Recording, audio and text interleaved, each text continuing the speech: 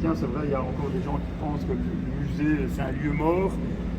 Dans ce cas-là, où sont les œuvres? Est-ce qu'elles ne vivent que dans les ateliers, qu'elles ne vivent que dans les galeries ou dans les collections privées? Quel est le rôle du musée public? Je voulais dire, ben non, les œuvres, elles vivent toujours dans le musée puisqu'elles sont partagées par le plus grand nombre. Et aussi le fait qu'après une année, 2 années marquées par la pandémie, 6 mois de travaux, on voulait montrer qu'on était toujours en vie et qu'on était vraiment toujours des acteurs d'un renouveau de la ville et en particulier du créatif de Charleroi. Donc je suis reparti de cette idée Staying Alive, la chanson mythique des Bee Gees, parce que le problème aussi dans le disco, c'est le fait que le disco, c'est la fête, c'est les paillettes, c'est les sequins, c'est les strass, mais c'est le fait de cacher la certitude de la mort qui arrive. Ça, c'est vraiment la caractéristique du disco par rapport aux hippies. Autant les hippies, pour moi, qui doivent changer de monde, autant les discos, c'est fini, c'est la fête, c'est. Or, les œuvres de l'expo, elles parlent, même sous des regards, des aspects très joyeux, elles parlent souvent de choses très tragiques, puisque c'est une des caractéristiques de notre collection. Je voulais aussi que ce soit généreux, foisonnant, que les œuvres se frottent un petit peu les unes aux autres, comme des corps qui dansent.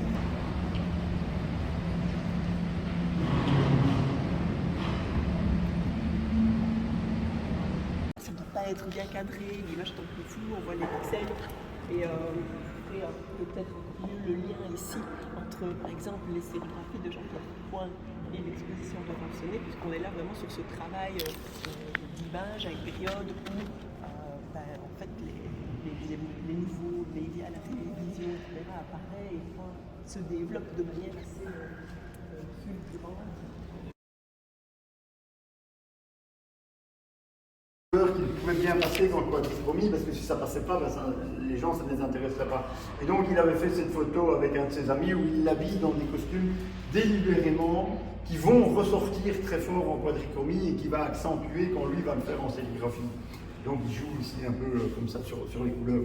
Et ça sont vraiment un petit peu ces prises de position théoriques qui pour l'essentiel sont reproduites dans le petit catalogue qu'on vous glisse, la conversation qu'il a faite avec Vincent Carteuvel chez Tandem. Et là, on comprend un peu quelques-uns de ces textes qui étaient l'enseignement qu'il prodiguait quand il était à la Tandem.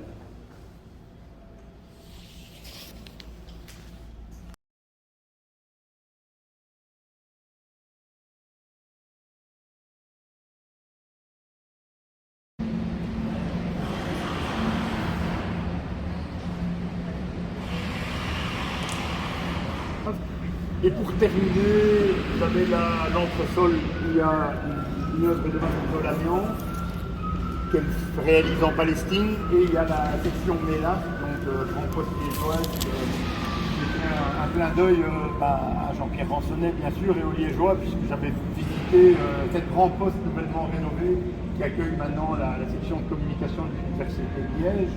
J'étais jaloux de ne pas avoir fait des études dans un si beau bâtiment.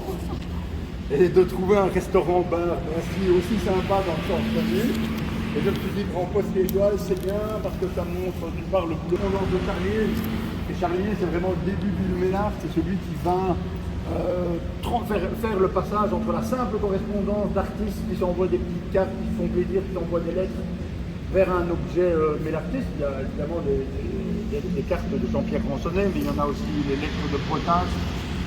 Des cartes postales de Sol Lewis, de Hans Hack, de Harald Lehmann, de Germano Celland, qui montrent que Charlier est à la connexion de plein de trucs, de Ben beaucoup, qui sont des archives intéressantes, et puis Paul Guérard et Jean Spirou, qui sont aussi des générations après, et qui ont continué à pratiquer le mail art, mais de manière plus systématique, et qui a été vraiment comme une finalité mail art auquel je voulais montrer ici.